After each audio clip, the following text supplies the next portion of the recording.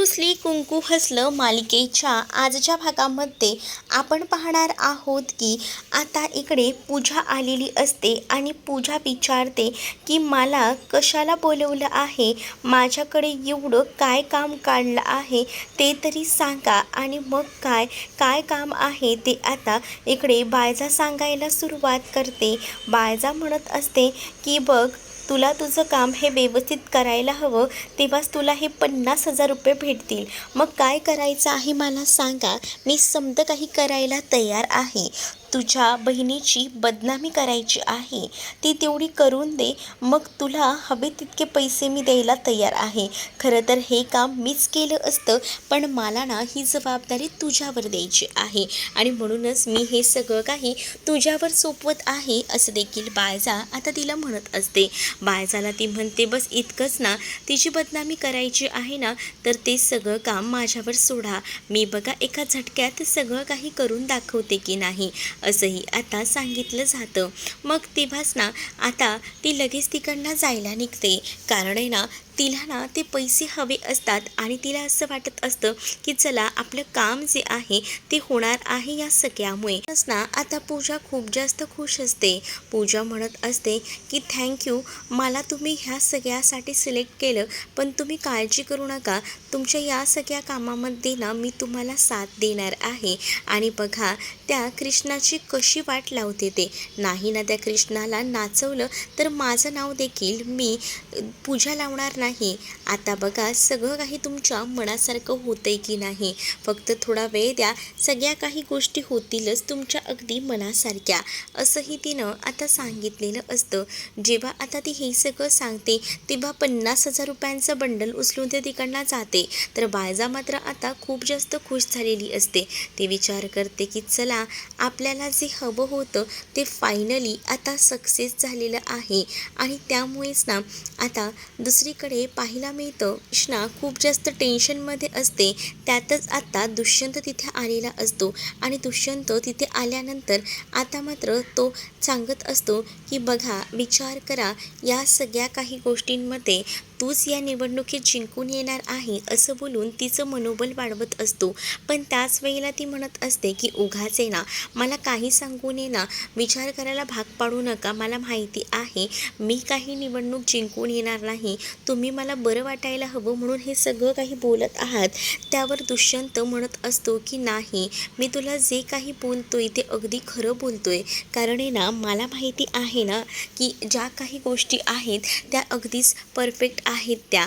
आणि त्याच वेळेला आता ती हेही म्हणत असते की बघा तुम्ही मला जी काही स्वप्न दाखवताय ना, ती स्वप्न मला अशी दिवसाढवळ्या बघायची सवय नाही आहे, त्यामुळे ना तुम्ही मला प्लीज असं काही सांगूच नका ज्याच्याने मला त्रास होऊ शकतो, असंही आता ती म्हणू लागते.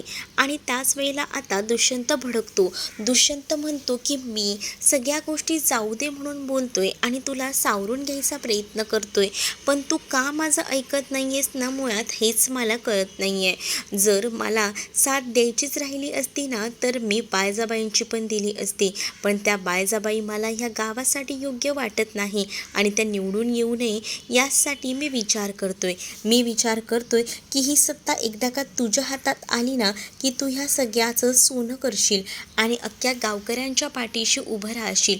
पण तुला तसं वाटत नाही आहे, तुला आता त्या गावकऱ्यांचं नुकसानच करायचं आहे ना, तू ठरवलंच आहेस आणि त्यासाठी तर तुझी ही नाटकं चालू आहेत. म्हणूनच तर ना तू हे सगळं काही मुद्दामून करतेस. तुला जर या निवडणुकीला उभं राहायचंच नव्हतं तर मग कशाला पुढे आलीस आणि या सगळ्यात सामील झालीस.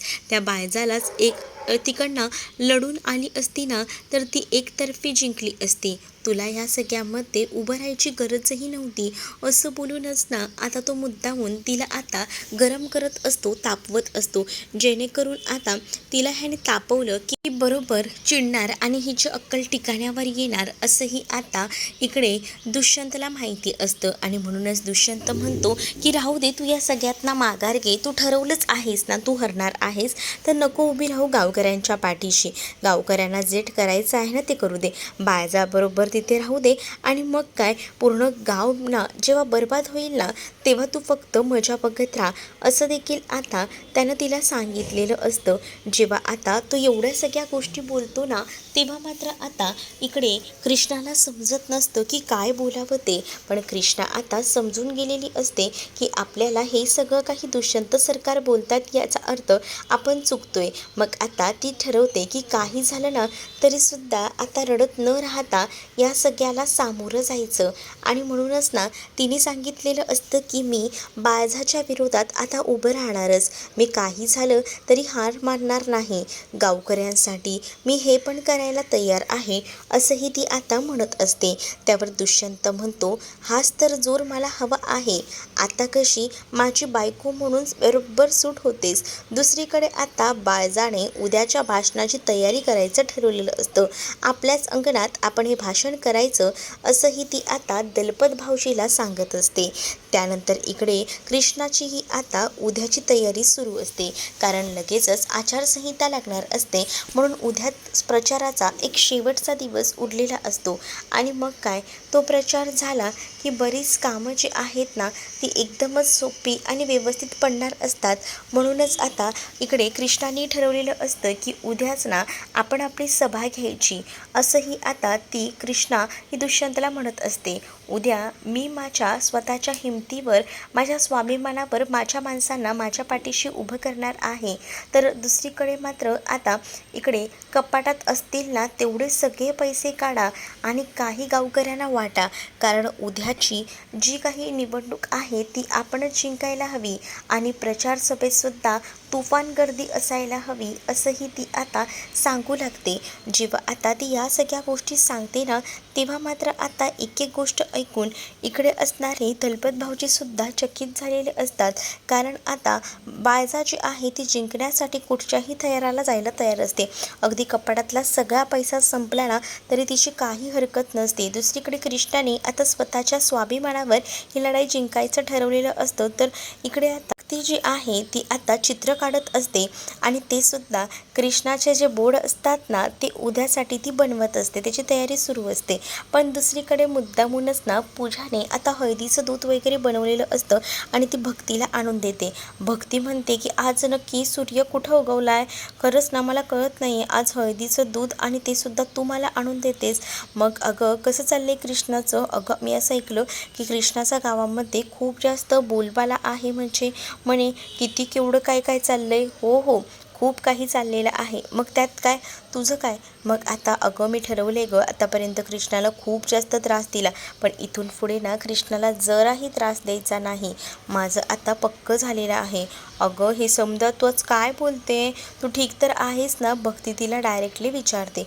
भक्ती जेव्हा आता तिला डायरेक्टली विचारते ना तेव्हा मात्र आता म्हणत असते की आतापर्यंत मी कृष्णाला खूप जास्त त्रास दिला, पण आता ना मला तिला बिलकुलही त्रास द्यायचा नाही आहे आणि म्हणूनच मी ठरवलं आहे की काही झालं तरीसुद्धा कृष्णाच्या पाठीशी उभं राहायचं.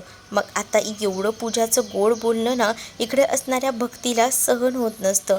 म्हणूनच भक्ती तिला डायरेक्टली सांगत असते की बस झालं, मला नाही एवढं झेपत नाही आहे, त्रास होतो या सगळ्याचा, तू तर याबद्दल बोलूच नको. आणि असं बोलून ती तिला शांत करायचा प्रयत्न करत असते. पण भक्तीला आता पूजा सांगत असते की मी जे काही सांगते ते तुला अगदीच खरं सांगते, खरंच मी तुला म्हणते. म्हणजे ना मी आधी विचार केला नव्हता, पण नंतर माझ्या गोष्ट लक्षात आली की माझं काही चुकतंय ना असं मला वाटत नाही आहे. म्हणजेच आता मी ठरवलं आहे की कृष्णाची साथ द्यायची, कृष्णाच्या पाठीशी उभं राहायचं. आणि तेवढ्यातच ना इथे जे दूध वगैरे पियालेलं असतं ना ते दूध पियाल्यामुळे ना आता ह्या भक्तीला चक्कर येऊ लागते आणि भक्ती तिथेच जागेवर कोसळते बोलता बोलता. आणि हेच तर खरं तर या पूजाला हवं होतं, का तर तिने कोणतंही काम कृष्णाचं करू नये हाच त्यामागचा उद्दिष्ट असतो. आणि तिने त्या दुधामध्ये मुद्दामून झोपेची गोळी टाकून दिलेली असते, जेणेकरून त्या धुंदीनं ती तिथेच बेशुद्ध पडायला हवी. हे सगळं प्लॅनिंग मुद्दामूनच ना पूजानं केलेलं असतं. मग आता जेव्हा भक्ती तिथे चक्कर येऊन पडते तेव्हा आता तिथे असणारं ते चित्र इथे पूजा हातात घेते आणि पूजासुद्धा आता म्हणत असते की मलासुद्धा बघायचं आहे की कशी उद्या तू ही सरपंच पदाची जी निवडणूक आहेस ती कृष्णा जिंकतेस ते. तुझ्या साथीदारांना एक एक करून असंच मी झोपवून टाकणार आहे, असंही आता तिचं म्हणणं असतं. आणि ते चित्र काढलेलं ती हातात घेते आणि ते एकटक बघत असते. तिला माहिती आहे हे चित्र तर काही आता पूर्ण झालेलं नाही आहे आणि याची जी लायकी आहे ना ती तर होणारच. ही निवडणूक आम्ही जिंकू, निशाणी आहे आमचं हळदी कुंकू, असं आता हे जे वाक्य असतं ते वाचत असते ती. आणि त्यामुळेच ना आता ती ठरवत असते की ही लढाई तर मी जिंकणार आहे. आणि त्यामुळेच ना ती आता खूप जास्त खुश असते, कारण त्यासाठी तिला पैसेही भरघोस मिळणार असतात ना. एवढ्याशाच कामाचे आत्ता तरी 50,000 दिलेले असतात, त्यातच आता अजून पैसे. एवढं जे आता बनवलेलं लेबल असतं ना ते पोस्टरसुद्धा ती आता पाडून टाकते. दुसरीकडे आता भक्ती दुसऱ्या दिवशी सकाळी बबण्याच्या घराकडे गेलेली असते. आता सगळेजण वाट बघत असतात की गावातले लोक कधी येत आहेत. कृष्णाई आता भाषण देण्यासाठी बाहेर येते. दुष्यंतही तिच्या जोडीने येतो. बघतो तर काय, बाहेर फक्त दोघंच जण चटईवरती बसलेले असतात. मग आता कृष्णा आणि दुष्यंत हे दोघंही जण विचार करतात की हे काय, अजून कोणीसुद्धा आलेलं नाही आहे. मग आता गर्दी कशी काही झाली नाही असा विचारच ना आता सुरू असतो. मग तिकडे बाळजाने सुद्धा भाषण ठेवलेलं असतं. बाळजाने पैसे देऊन माणसं बोलवलेली असतात, त्यामुळे आता माणसं जास्तीची तिकडे जातात. त्यामुळे इकडे आता या लोकांना कोणीही भेटत नसतं. गावकरी आता इथे दोघंच आलेले असतात. त्यामुळे कृष्णा आणि दुष्यंतच्या डोक्यामध्ये तेच चालू असतं की काय होतं हे सगळं काही. मग आता बबन्या म्हणतो की आपणही त्यावर काही सोल्युशन काढू शकत नाही आहे. तर इकडे दुसरीकडे जिथे बाळजाचं भाषण असतं ना तिथे आता अक्षरशः जयकांतने सगळ्या माणसांना उचलून उचलून बोलवलेलं असतं आणि त्यांना पैसेही दिलेले असतात. त्यामुळे त्या माणसाने तिथे येऊन गर्दी केलेली असते. आणि हा सगळा प्रकार ना लांबूनच इकडे आढळराव पाहतात. आढळरावांना जेव्हा या सगळ्या गोष्टी कळतात ना तेव्हा आढळराव जे आहेत ते विचार करतात की काय चाललंय हे, प्रत्येक माणसाला खेचून खेचून बोलवलं जातंय. ही सगळी गोष्ट ना कृष्णाला सांगायला हवी. म्हणजेच आता ते विचार करतात की बाळजानं पैसे देऊन एवढ्या माणसांना विकत घेतलंय आणि आपलं भाषण ऐकायला लावलंय. पण तिथे मात्र कृष्णा अगदीच हरल्यासारखी झाली असेल असंही कुठेतरी आढळरावांना वाटत असतं. मग आता आढळराव गेटवर येतात आणि कृष्णाला कॉल करतात. कृष्णा म्हणत असते आबांचा कॉल, आणि असं बोलून ती कॉल रिसीव करते. तर इकडे आढळराव कृष्णाला म्हणत असतात की अगं गावात समधी जी काही गर्दी आहे ना ती समधी गर्दी इथेच आहे. अगं इथे तर ह्या लोकांना ना उचलून उचलून आणून ठेवत आहेत. हे सगळं काही ना ते बाळजाचं कारस्थान आहे बघ, असंही आता ते म्हणू लागतात. जेव्हा आता हे सगळं काही ते बोलतात ना तेव्हा मात्र आता इकडे कृष्णा म्हणत असते की ठीक आहे, बघते मी आता काय करायचं ते. आणि असं बोलून ती आता फोन ठेवते. जसा ती आता फोन ठेवते ना तसं मात्र आता दुसरीकडे दुष्यंत म्हणतो की काय झालं आहे. त्यावर कृष्णा म्हणते की बाळजानं तिकडे पैसे दिले आहेत आणि सगळे गावकरी तिथेच गेले आहेत. खरं तर ना हे सगळं काही त्यांनी फक्त शक्तीचा वापर करून केला आहे. म्हणजे गावकऱ्यांना थोडं धमकावलं असेल म्हणूनच ते गावकरी तिकडे गेलेले आहेत. पण आता मी सुद्धा तितकीच हुशार आहे, शक्तीपेक्षा युक्ती श्रेष्ठ, असं म्हणत आता इकडे मात्र कृष्णाच्या डोक्यामध्ये एक प्लॅन चांगला शिजलेला असतो. तिला माहिती असतं की तिकडची माणसं आपल्याकडे कशी ओढायची ते, आणि त्यासाठी ती आता ठरवते की तसं प्लॅनिंग करायचं.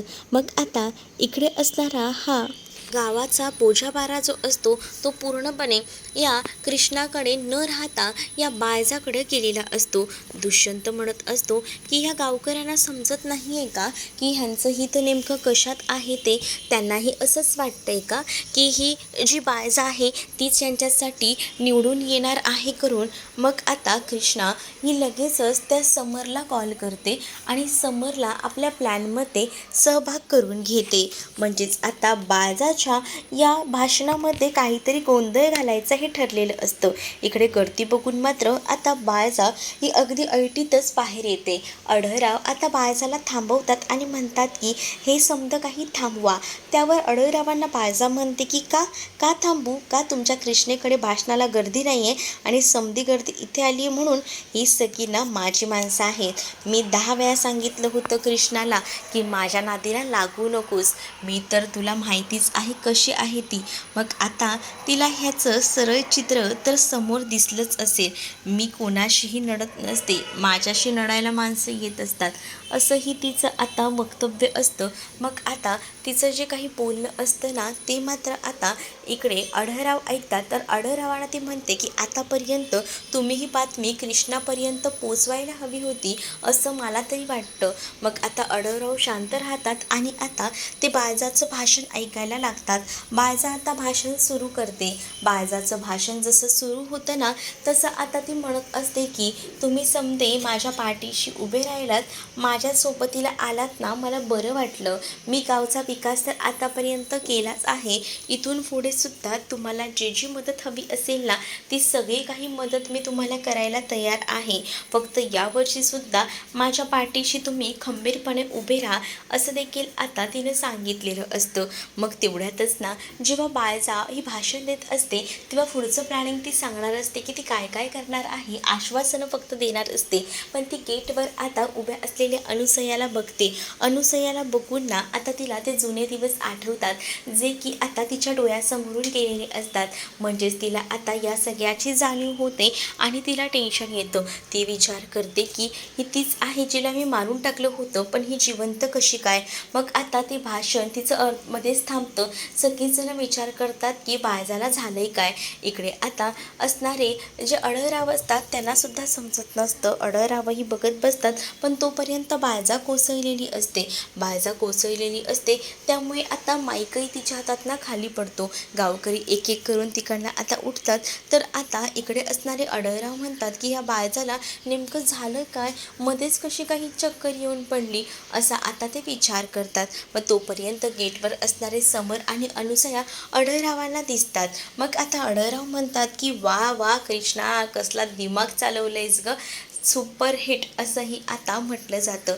मग आता अढळरावांना कृष्णाचं खूप जास्त कौतुक वाटत असतं आणि ते हेही म्हणतात की एकंदरीत ना पोरगी लय हुशार आहे. मग दुसरीकडे आता गावकरी बाळजाचं भाषण सोडून डायरेक्टली थेट आता कृष्णाच्या इथं आलेले असतात आणि कृष्णाच्या समोर येऊन त्या तिथं बसतात. त्याबरोबर कृष्णा आता त्यांच्या समोर येऊन आता भाषण करायला सुरुवात करत असते.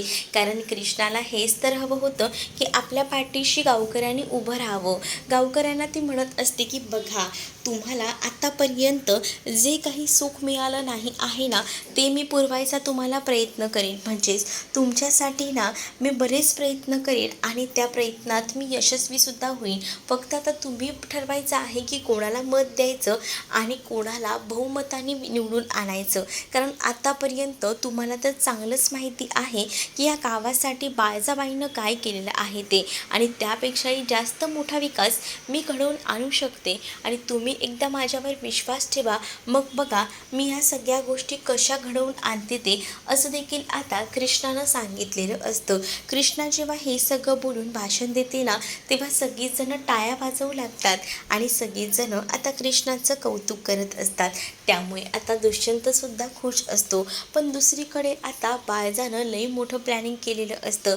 बाळजाने पूजाला ज्याच्यासाठी पैसे दिलेले असतात ना त्या पूजानं आता कृष्णाचं आणि समरचं लफडं आहे हे सगळं काही दुष्यंतला दाखवायचा प्रयत्न वेगळ्याच पद्धतीने केलेला असतो. म्हणजेच काही गुंडांनी कृष्णाला किडनॅप केलेलं असतं. तर समर आपल्या घरी बसलेला असताना एक लहान मुलगी समरला सांगायला जाते की कृष्णाताईला बाळजाबाईंच्या जे माणसं आहेत ना त्यांनी पकडलं आहे. मग समरही घरातनं बाहेर निघतो आणि समरही बघायला जातो. तर समरला आणि बेशुद्ध केलं जातं आणि कृष्णाला सुद्धा, आणि त्याला ना एका जागेवर बांधलं जातं. दोघंही जण एकमेकांच्या खांद्यावर डोकं ठेवून आता निवांत असे पडलेले असतात आणि ह्याचा व्हिडिओ जो आहे ना तो आता अख्ख्या गावामध्ये व्हायरल केला जात असतो. आणि त्याचबरोबर इथे असणाऱ्या दुष्यंतला सुद्धा हा फोटो भेटतो. हा फोटो बघून दुष्यंत विचार करतो की हे सगळं काय आहे. तर दुसरीकडे बाळजा मात्र खूप जोरजोरात आता नाचत असते. कारण तिला जे हवं होतं ते फायनली आता झालेलं असतं आणि त्यामुळेच ती खूप जास्त खुश असते. तर तुम्हाला हा भाग कसा वाटला कमेंटमध्ये नक्कीच सांगा आणि अशाच नवनवीन भागांसाठी चॅनलला सबस्क्राईब नक्कीच करा. चला तर मग भेटूया पुढच्या भागात. तोपर्यंत टाटा बाय बाय.